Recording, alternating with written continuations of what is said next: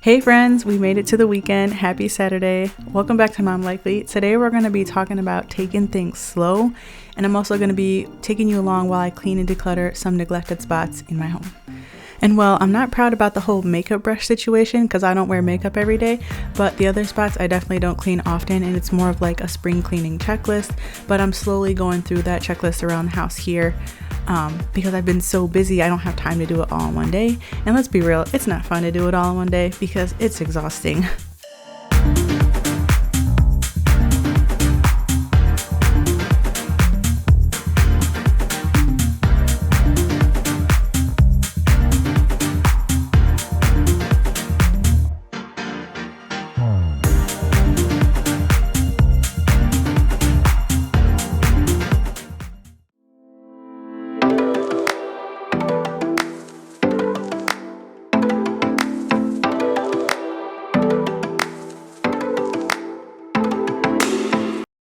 I'm starting off here in the kitchen with the junk drawer, and for most of us in our junk drawer, it really is that. We don't really even explore it for a few years at a time sometimes, but at this point it was getting so full that stuff was actually falling into my pots and pans underneath, and then on top of that, I was getting to where like I could barely close this thing.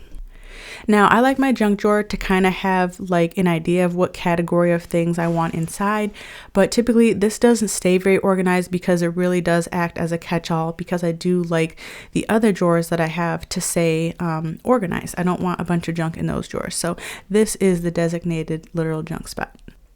When the kids were little, I also started putting all of the change in the junk drawer, so that way I would start to have a collection of change not on the floor. It always ended up everywhere, but I've always tried to collect the change because I've always hated random change everywhere. We did recently get one of those big old, like, what do you want to call it? It's like a coin holder. It's the one that looks like a Coke bottle. I got one for Christmas and we put all the change in there now. Kids can cash it out at a later time. The neglected spots in the house are so easy to get away from us. Like, I'm just thinking of all the places, even in this house, after just 1 year, that have just collectively began to just get to be too much. So the junk drawer is the one place where I do try to tackle this at least once a year. But I know growing up, there were just times where I know there were homes and instances where, you just don't understand what the heck's going on in your house. Like, this whole new craze for like organizing and, sorting and stuff. I think there's always been that, because I remember thinking back to like TLC days where we used to watch like the Homing Network and stuff. And it was just like stuff you saw on TV. So like, social media has really revolutionized these kind of concepts, really getting into our homes more, which I love. But I'm just not like very extreme about it, because in my head, like, I always saw older homes and it was like sometimes those houses where you didn't like, okay, for instance, my dad took me in and adopted me basically at 12, and he was an older gentleman who was divorced. And so there was just things all over his house that as a dude, he never touched. And that's just kind of how I always saw houses. Whereas like you just have these nooks of things where it's just like, I don't know what to do with this. I'm going to leave it here for later. And then it just explodes up at a later time. And maybe it's the ADHD in me, because like I've read this as well, where we get like our hot spot pockets of, junk that collects, and then we have to address it later. And it's overwhelming. Because I definitely have 2 little bins in my living room. I have 1 little bin in the family room. I have a little bin in my laundry room. And it's like, even though they're not excessive, it's like if I don't address those little spots and kind of try to declutter them at some point in the year, things will just keep stacking up and stacking up. Which essentially just leads to a whole section of a room or of a space or of a table, or of a countertop. And it's like, before you know it, you're like, how did all that crap get there? And if you just leave it to sit there and you accept it, then it basically becomes like a precedent where it's just like, oh, this is our junk area. Don't mind my table. That's my junk table, And I'm not judging by any means, but that's just what has happened to me. And so now I'm organizing my junk drawer so I can use it again.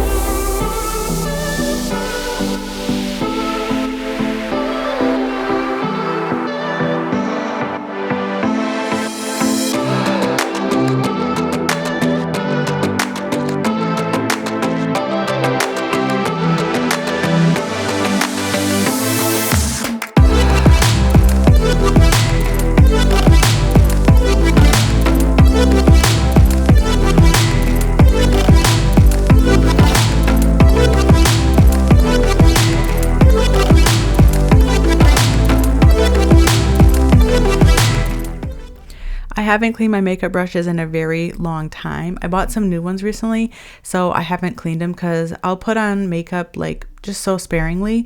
But now that I found my little mat, which I had to go dig around in a different video for, but I found it, and so now I want to get to where I'm washing these like bi-weekly or so, and start doing my makeup more, because I hate doing my makeup mainly because it's not even like it's a huge deal because I don't wear too much, but I always manage to break out after, and that's literally why. It's because these brushes are nasty, you know what I'm saying? So if you totally clicked on this video, you'll see that the thumbnail said taking things slow, and so I kind of want to marry that here where, so for instance, when I was growing up, my dad's kitchen table in his house, it was always full of a bunch of crap, and like we literally never ate at the table. Now, mind you, our situation was kind of different because he had already raised his kids, like he had taken me out of a situation, and so it wasn't like we were doing the whole like family dinner thing, but we always ate together. So what we did though is we used the TV tables, and we would always eat that way. Sometimes in the summertime when it was time to pull out the grill, we would have some good steak and veggie dinners, and we would eat at the table, but for the most part we just didn't. He was always the guy who was like, you know, scooting over the bread and a bunch of stuff on the kitchen table so he could sit down and do his checkbook stuff and take care of the bills and stuff, and that's just kind of how it was. It was never like, let's sit at the table, right? And so that's why I had brought up, you know, it's easy for like your whole table to just become like your catch-all spot. And if you remember, if you've been here for a while, you'll know like at the old house, that was basically what always happened to us. Our table would accumulate so much stuff. Also simply because there was just like never anywhere to put anything, and we just had too much stuff. So the point I'm trying to make though is that at some point though, it was never about the fact of like eating at the table, having a clean table, and like that's beautiful and that's great. But it's like we always still ate. We always still ate together. We always ate. We had food. And it's like if you just take a step back, look at it, like it was just different, you know? And although in life, you know, we have systems and methods and strategies to doing things, completing things, going about things the best way, you and I are totally entitled to doing things differently. We're entitled to taking things slow and doing things that are best for us at the end of the day. And the story as old as time that we know is like, what is it? The rabbit, the turtle, and the hare.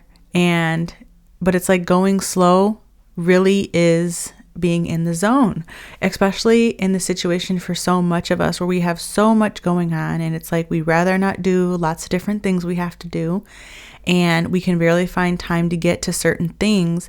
But it's like even tackling these spots once a year, even if you're doing it like, okay, don't clean your makeup brushes every 2 years, but even if you're doing things throughout your house once a year, once every 2 years, you're still doing maintenance and upkeep and doing management in your home. So whether that be if you're able to get through different tasks weekly, monthly, quarterly, yearly, bi-yearly, either way, you're still doing it. I just encourage you to get to it at some point. Even if you have to take your time doing one thing a month, in the end, it's going to feel so good because it just feels better when you have that peace of mind knowing that you've gotten to corner is what I call it. So it's like, you know what's going on in your house, so you can give yourself that extra peace of mind where it's like less things to worry about. You know where things are if you need them, so it's not taking you extra time to find things and function in your house. And you have an idea of what the heck's going on.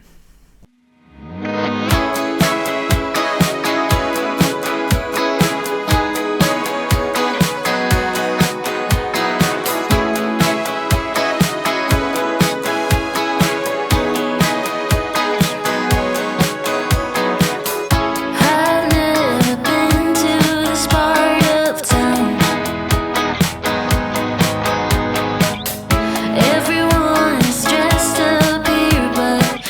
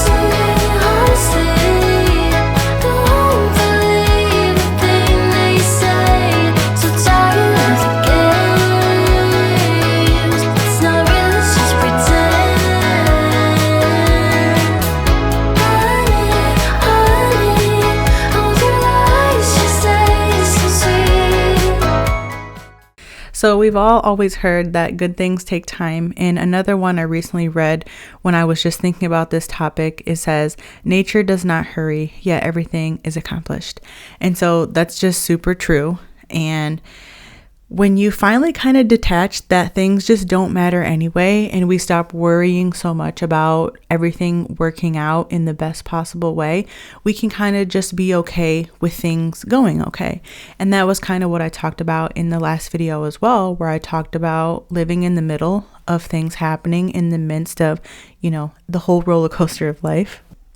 But by just taking things slowly and taking our time, it may not always feel the best in the moment, but ultimately things end up working out, because at the end of the day, the only other choice we have is to give up, to not do it, and to not try.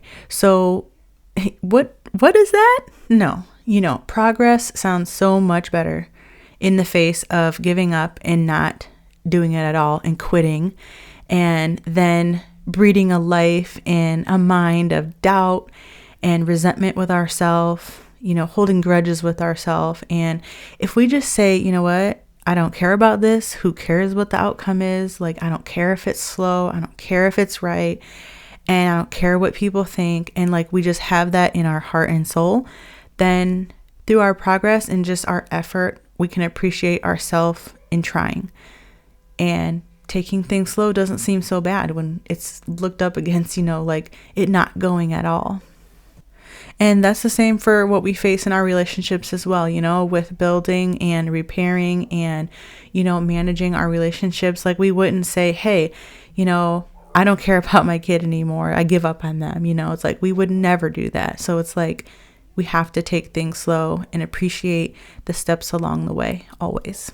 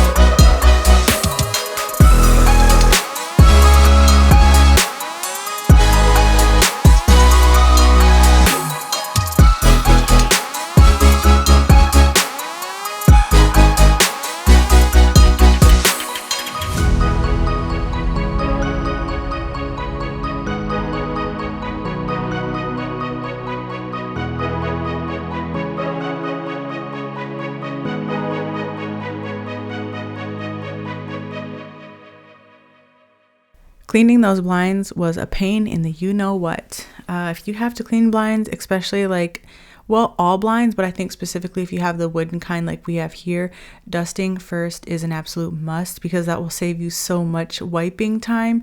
It was just a pain because I needed to go on both sides and then all around. But this room definitely needs to be dusted quite frequently. I'm not quite sure why, but this room collects a lot more dust. Like, it collects it faster than any other room in the house. And I don't quite know if that's because of the fireplace or what. But funny story, I'm about to try to on this day, I was like, I really want to try to arrange the furniture in here because I want to get a new set, but I don't really know how it would work because everybody enjoys the big open space down here, especially the dogs. This is where they play the most. So I haven't really known how to set this up because it's not just like a normal place where it's like just for looks, like, you know, and it's not really set up just for sitting.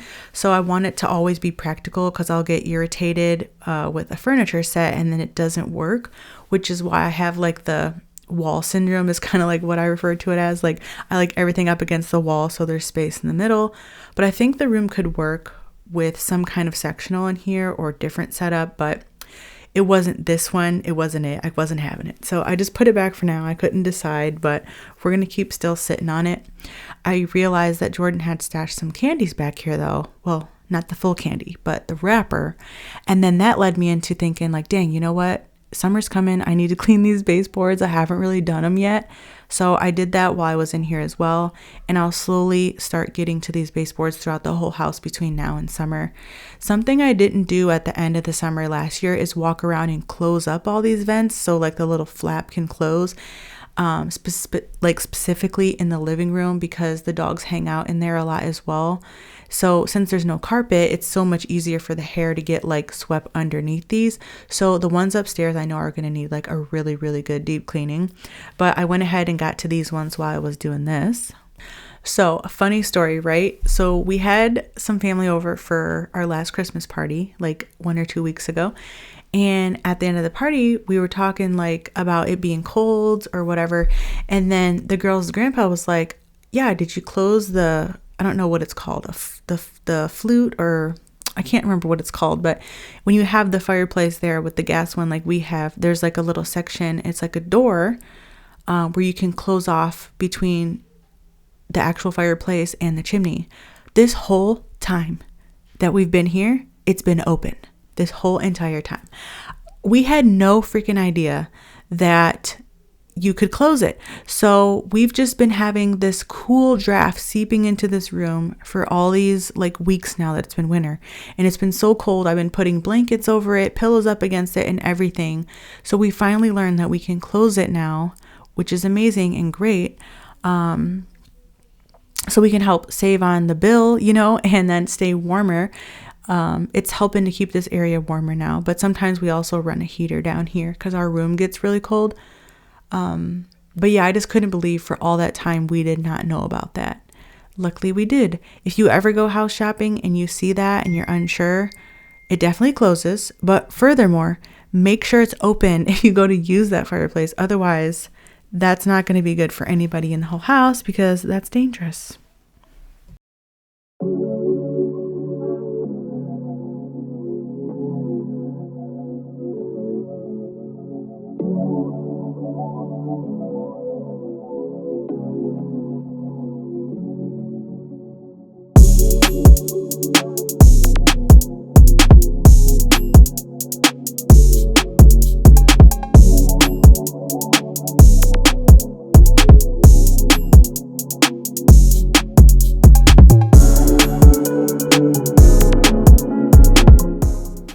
It's been forever since I did a vlog. I need to like take you guys out to like get something with me as a snack and sit down and chat and do like some little recap. So much has been kind of happening more recently and I just want to kind of talk about everything. But yeah, I hope you guys had a really great Valentine's Day. I hope you enjoyed coming by to stop by and hang out with me today and enjoyed our conversation. And if you're all worked up and you have a lot going on, I want you to remember, just take things slow. By taking things slow, we can just stay the course instead of getting burnt out and quitting or getting overwhelmed. And when it comes to the house, just pick one spot that you haven't tackled in a while.